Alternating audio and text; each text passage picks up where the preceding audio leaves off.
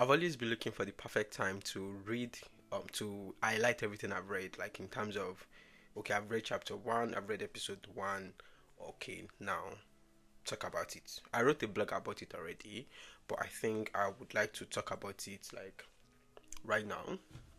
So what I'll be doing is I've already highlighted some points while I was reading, so I'll be talking about them, and I'll just be giving them like just read them and let's see. I bought this 2023 and yeah. So Atomic Habits, an easy and proven way to build good habits and break bad ones. So it's not about just building habits, it's also about breaking bad ones. So I only have like 30 minutes. Alexa, set timer for 30 minutes. Good evening, Ade. 30 minutes, starting now. Alright, cool. 30 minutes, let's see. So the first thing here is trying to define an atomic, and the book says atomic is an extremely small amount of a thing, the single irreducible unit of a larger system, single tiny item of a larger system. It also means the source of immersed energy or power. So that is atomic. Basically what he's saying is atomic is like in your school, in your workspace, anywhere, you're an atom because you're a single person. But when you combine all of you together, you guys form a system. You get the whole idea. So atomic is like that tiny thing, the tiny component of a larger system. And it is the source of immersed energy or power. So even though it's small, it has something it can do, or the least it can do is it is what gives the whole system the energy. So imagine people constructing or building something. You need each and everybody, you need each atom in order to build whatever you're building. So let us have that stick in our head. Alright, so that's atomic. So what is habit? And the book says it is a routine or practice performed regularly, an automatic response to a specific situation. So an automatic response to a specific situation. So that is like a routine, a practice, something you do. For example, you wake up, you go to school, you go to work. What you need to do, you need to take a bath, you need to pray, you need all those simple things you do as you are doing something, and it can be automatic. For example, when you wake up, you know you need to go and brush your teeth. So brushing your teeth in the morning is an automatic response to, yeah, I just woke up, I need to go and brush my teeth. Now, brushing your teeth at night, that might not be something you're doing, but if you're doing it as well, that is like an automatic response to, oh, I want to go and sleep, now let me go and brush my teeth. We'll talk about that one later. Alright, so that's atomic habits. Okay. The fundamentals. It's why tiny changes make a big difference.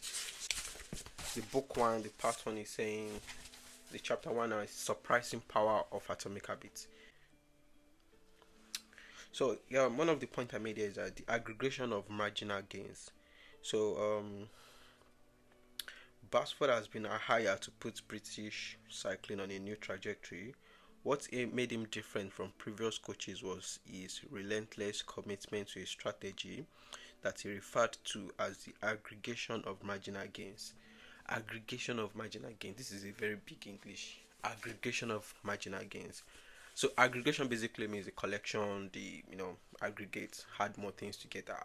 But the marginal gains is like little things, like gains, little gains. But when you kind of collect them all together, aggregate them together, then that was his own strategy. So he's a coach, and he's a coach of this British cycling team, and I think they've not won for a while. Like the British team, they've not won the I think the championship or something, the Olympic Games. So since 1908, they've not won. So they hired a new coach, and he has this idea called the aggregation of marginal gains. And of marginal gains means that searching for a tiny margin of improvement in everything you do. So basically what he's saying is that as a coach, you need to look for the tiny thing you need to do as a player or as a teammate to be better. So do you need to run faster? Do you need to now to be aggressive? Do you need to that tiny thing that will make you better? That is what he defines as aggregation of marginal gains. And So Brailsford said, that's the name of the coach. I don't know if I got it wrong, if I pronounced it properly. The whole principle came from the idea that if you broke down everything you could think that goes into riding a bike and then improve it by 1%, you will get a significant increase when you put all of them together. So, remember, is a cyclist team in Britain, and they've not won anything since 1908, the Olympic Games. So they brought a new coach, and he has this idea that, okay, you know what, can we improve 1% on everything we are doing? In short, that's his summary. So he brought the idea in. That was his strategy. Okay, so he said Brailsford and his coaches began by making small adjustments you might expect from a professional cycling team. They redesigned the bike seat to make them more comfortable and rubbed alcohol on the tires for a better grip. Brailsford and his team continued to find a 1% improvement in overlooked and unexpected areas. They did so many things to improve themselves. So the idea of aggregation of marginal gains means that 1% of everything you could think of that you could become better in, let us increase 1%. Let us be 1% better inside. Let's go on. Let's ride on. So that's what they did, and they won so many games. They had like one. So since then they've had like 178 World Championship and 66 Olympics or Paralympic gold medals and captured 5 Tour de France victories. So basically, after increasing themselves, after finding the 1% increase in everything they are doing, they really want so much. So that's the whole idea of 1%, improving 1% in everything they do. This is a very core principle that was mentioned there, and we are going to go back to it. But just remember, 1% improvement in everything. So yeah, so that's the introduction of 1% improvement. So now, but the question is, why small habits make a difference? Why small habits make a difference? We're going on a short break. We'll come back. Yes.